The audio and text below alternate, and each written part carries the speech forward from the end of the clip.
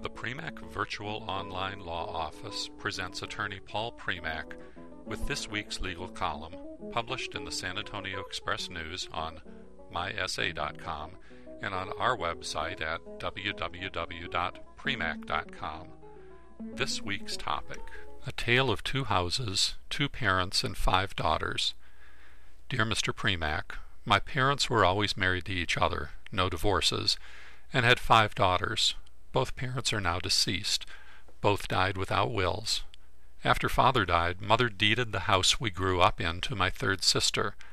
I feel the house should be divided between the 5 of us. I don't think that if something happened to my sister, the house should go to her husband.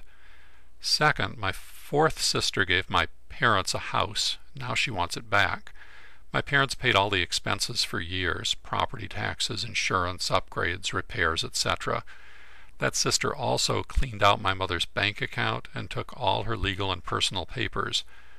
Both parents always said, whatever we leave after we're gone is to be divided equally between the 5 of you. Is there anything we can do to make sure everything is divided equally? Signed, AKRP. Your parents made an all too common legal mistake. They spoke about their intent to be even-handed, but did not take the proper legal actions to see that their intent would be carried out. They died without wills. Had they just made a legally binding estate plan, all of the divisive issues you discuss could have been solved. As you may have read in many of my prior columns, when a person dies without a binding estate plan, the Texas laws of intestacy determine who receives the assets. Since your parents had only one marriage and all the children were from that marriage, the law says your mother received full ownership of all community property, like the house in which you were raised. Your mother should have seen a lawyer to be sure that the title shift to her was properly documented, and may have done so at the time she deeded the house to her daughter number 3. You want that house to belong to all 5 daughters because your parents always said that whatever we leave after we're gone goes to all 5. Technically, your mother's honored that intent. How? She was owner of that house after your father died. She gifted it to her daughter number 3 while she was still alive. She therefore did not own that house on the date of her death, and it's not part of whatever we leave after we're gone. A lifetime transfer by the owner is a valid disposition of the asset. Sister number 3 owns it, and it will pass according to whatever legally binding estate plan she makes.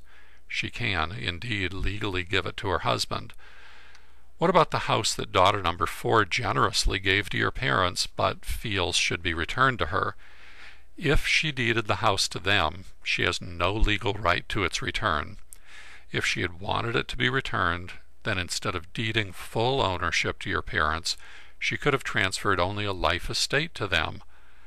Under that arrangement, they would have lived there for the rest of their lives, treated it as their homestead, and paid all expenses. But the moment that both parents were deceased, their rights would have expired and title would have returned to daughter number 4. Because your sister did not reserve those rights, your mother was full owner of that house at the moment of her death. Texas's intestacy laws say that title of that house now passes in equal shares to the surviving children. Legal action is needed to properly document the title shift.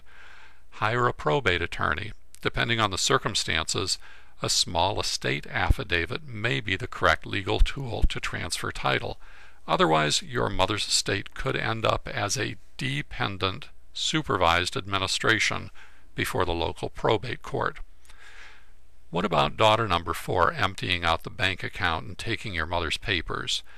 We must ask if she was legally authorized. It may be that your mother listed daughter number 4 on that account with right of survivorship, or as pay-on-death beneficiary. If so, she had the legal right to claim the account. If not, you can seek to become dependent administrator of the estate and seek a court order forcing your sister to return those funds and the paperwork she took. As I said earlier, your parents could have made a legally binding estate plan to avoid this strife. For instance, they could have established a living trust. In it, They could have specified that after one of them died, the survivor would not sell or give away the house, like your mother did, but that it would pass equally to all 5 daughters. They could have placed the second house and all their accounts into the trust and elected an independent third party to see that the assets were divided into 5 equal shares. Instead, they raised your expectations with non-binding verbal assurances, leaving their daughters to fight over the assets. So, gentle readers, will you also default to leaving your families in this awful situation, or have you made a binding legal estate plan which you've kept up to date?